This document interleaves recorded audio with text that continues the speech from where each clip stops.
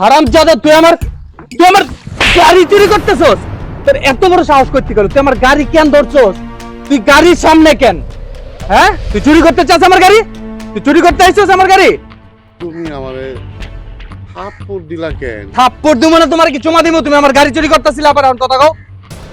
আমি অনেক দূর থেকে হাইটে আইছি তো, অনেক গাইমা গেছিলাম।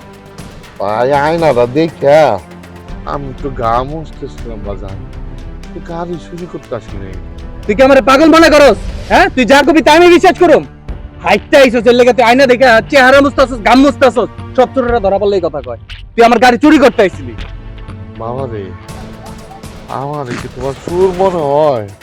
দেখো, আমি তোমার বাবার বয়সী, আমি কি গাড়ি চুরি করতে পারি?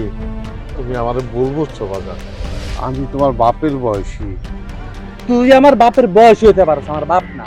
আমার বাপ তোর মতো চোর না, শুধু আমার বাপের বয়সই দেখা তোর আমি ছেড়ে দিলাম, তাহলে তোরা পুলিশে দিতাম। যা, তুই তুই এখন যা, তুই যাবি না, তোর আমি পুলিশে দিব।